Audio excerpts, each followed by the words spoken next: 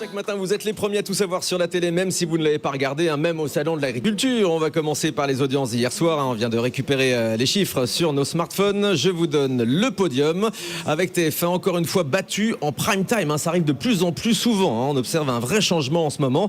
C'est France 3 qui est leader hier soir avec le téléfilm La Stagiaire avec Michel Bernier. Les 2 épisodes ont réuni 4 300 000 téléspectateurs, pratiquement 18% d'audience et donc un très bon score. TF1 relégué loin derrière. Le film The Amazing Spider-Man, le destin d'un héros, n'a réuni que 2 900 000 téléspectateurs et 13,7% d'audience.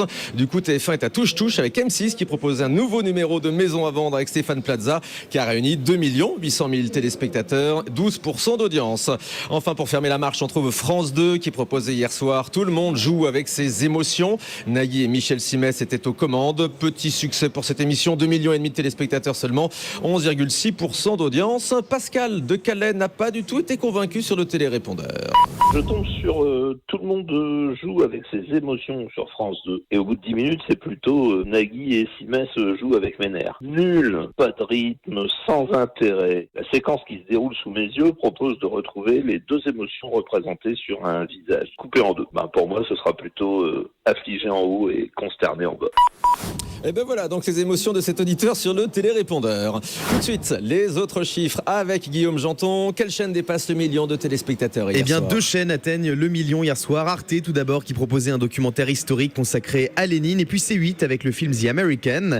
Le thriller avec George Clooney a captivé 1 million de cinéphiles hier soir. En Access Prime Time, est-ce que The Wall est toujours aussi haut sur TF1 ? Eh bien oui, on suit évidemment l'évolution de ce nouveau jeu de TF1 après un lancement record à 5 400 000 téléspectateurs. Le programme perd 1 million de fidèles mais reste haut. 4 460 000 téléspectateurs étaient devant TF1 hier soir. Sur France 2, Nagui remonte à 2 800 000 avec le 2e numéro de N'oubliez pas les paroles. Et puis comme chaque jour, on jette un œil sur le podium des talk shows. Cyril Hanouna est numéro 1 avec Touche pas à mon poste. L'émission d'hier soir a été suivie par 1 600 000 fans de Baba.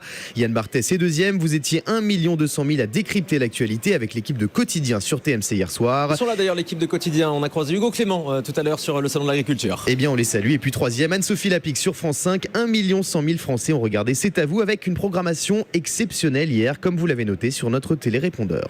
Ce soir, j'ai beaucoup apprécié l'émission de Anne-Sophie Lapix où il y avait Anne Sinclair. C'est une femme que j'admire beaucoup, pleine d'intelligence et de beauté. Et ensuite, Florence Foresti qui me fait beaucoup rire. Voilà, je vous remercie beaucoup.